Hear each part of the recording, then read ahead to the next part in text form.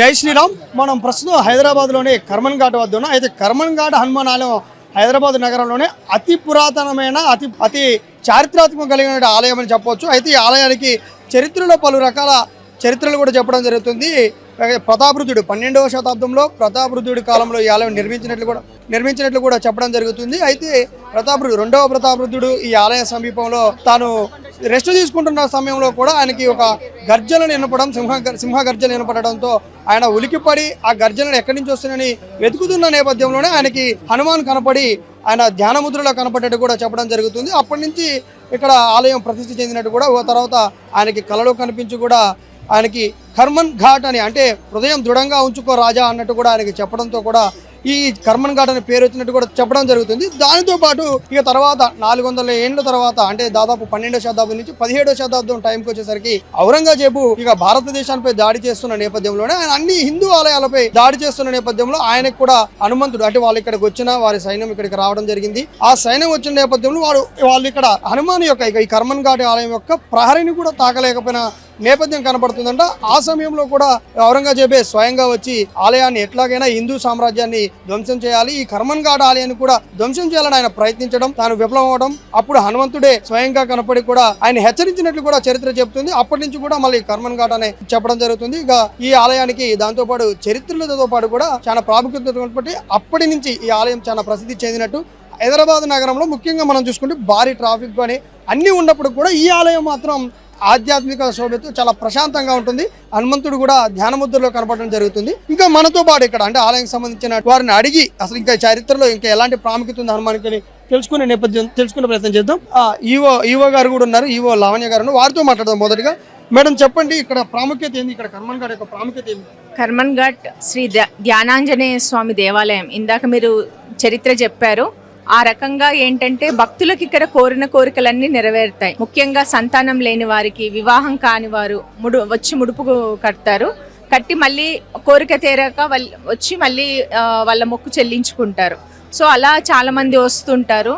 Students ఎక్కువగా చదువు కోసం దానికోసం వచ్చి హాల్ టికెట్స్ అలాంటివి పెట్టి చేస్తూ ఉంటారు. అన్ని రకాల కోరికలు నెరవేరుతాయి. స్వామివారికి ముడుపులు, తర్వాత వివిధ ఆకు పూజ, తమలపాకు పూజ ఇక్కడ చాలా ఫేమస్. వడమాల కూడా ఫేమస్ బాగా. వారి కోరికలు నెరవేరుతాయని వాళ్ళ భక్తుల విశ్వాసం. ఈ ముడుపు కట్టే కార్యక్రమం కానీ ఆకు పూజ కానీ స్వామివారికి మొదటి నుంచి ఉందా, మధ్యలో ఏమైనా? అంటే స్వామివారి అంటే స్టార్టింగ్ నుంచి స్వామివారికి ఆకు పూజ అనేది విశేషము కాబట్టి ఎప్పుడు ఆకు పూజ నిర్వహించడం జరుగుతుంది. వడమాల అనేది గత 15-20 సంవత్సరాల నుంచి ప్రారంభించడం జరిగింది. కానీ ఈ మధ్య కాలంలో విశేషంగా వస్తున్నాయి. ఒక 1 మంత్ ముందే బుకింగ్స్ అయిపోతూ ఉంటాయి స్వామివారికి. స్వామివారి హనుమాన్ జయంతి సందర్భంగా ఎలాంటి ఏర్పాట్లు చేశారు? ఇప్పుడు హైదరాబాద్ నగరం అంటేనే భారీ ట్రాఫిక్ అంత రద్దీగా ఉంటున్నారు, ఇక్కడ మాత్రం ఆధ్యాత్మిక శోభతో బాగుంటుంది. దానికి ఎలాంటి ఏర్పాట్లు చేశారు? ఈరోజు హనుమాన్ విజయోత్సవం అండి. విజయోత్సవం సందర్భంగా భక్తులు అంటే పోయిన సంవత్సరము సుమారుగా 2 లక్షల వరకు దర్శించుకున్నారు. ఆ స్థాయిలో ఉంటుంది అని చెప్పి మేము ముందుగానే పసిగట్టి పోలీస్ వారితో, ట్రాఫిక్ వాళ్ళతో సమన్వయం చేసుకొని బార్కెట్స్ అవి కూడా చాలా పకడ్బందీగా, అంటే ఐరన్ గేట్స్ లాంటివి పెట్టి మధ్యలో విరిగిపోకుండా, ఎలాంటి అవాంతరాలు జరగకుండా అలాంటి బార్కెట్స్ నిర్మించడం జరిగింది. అలాగే వేసవి తాపాన్ని దృష్టిలో ఉంచుకొని చలువ పందిర్లు వేయించాము.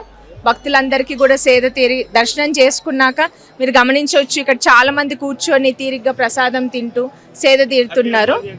అలా సేద తీరే విధంగా కూడా చలువ పందిర్లు అలాంటివి వేసాము. తర్వాత వాటర్ ఫెసిలిటీ, బటర్ మిల్క్, తర్వాత ఫ్రీ ప్రసాద వితరణ ఇవన్నీ కూడా అందుబాటులో ఉంచాము.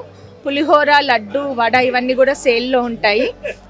భక్తులు అంటే వాళ్ళ సౌకర్యార్థం ఇంకా వివిధ ఏర్పాట్లు నేను, మా చైర్మన్, ధర్మకర్తలు, పోలీస్ వారు, ట్రాఫిక్ వాళ్ళు, మా సిబ్బంది, అర్చకులు అందరం సమన్వయం చేసుకొని గత 1 మంత్ నుంచే ఏర్పాట్లన్నీ ప్రారంభించడం జరిగింది.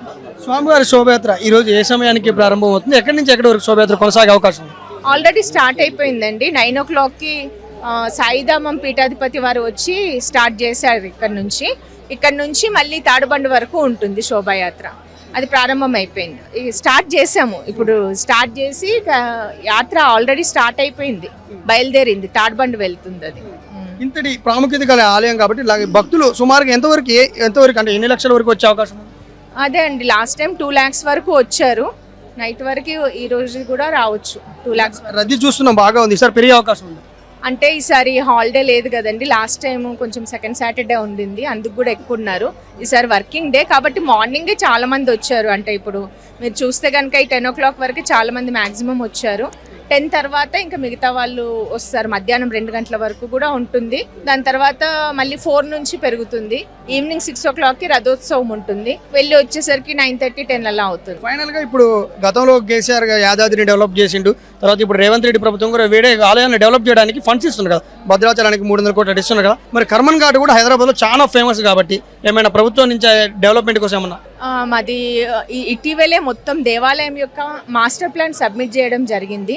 అంటే ఇంకా బెటర్ ఫెసిలిటీస్, భక్తులకు ఎలాంటి అసౌకర్యం కలగకుండా అన్నదాన సత్రం ఒకటి, అంటే మనకి ఇక్కడ అన్నదానం నిత్య అన్నదానం ఉంటుంది, దానికి సంబంధించి భక్తుల సౌకర్యార్థం ఒక అన్నదాన సత్రము, గోశాల, మన దగ్గర చూస్తూ ఉంటారు మీరు వాహన పూజలు చాలా ఎక్కువగా జరుగుతాయి, దానికి ఒక మండపము, ఇలాంటి అన్ని కార్యక్రమాలు కూడా పూర్తి స్థాయిలో సిద్ధం చేసి మాస్టర్ ప్లాన్ తయారు చేయించాము.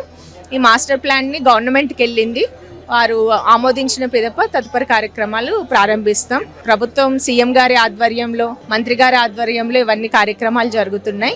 వారి సూచనల మేరకు తదుపరి అభివృద్ధి కార్యక్రమాలు ఏవైనా మొదలు పెడతాం. కర్మన్ ఘాట్లో ఒక హనుమాన్ స్వామి ఇప్పుడు ధ్యానముద్రలో ఉంటారు కదా, ఇక్కడ హనుమాన్ ఒక్కడే కాకుండా చాలా ఆలయాలు కూడా ఇక్కడ చుట్టుపక్కల వెలిసి ఉన్నాయి.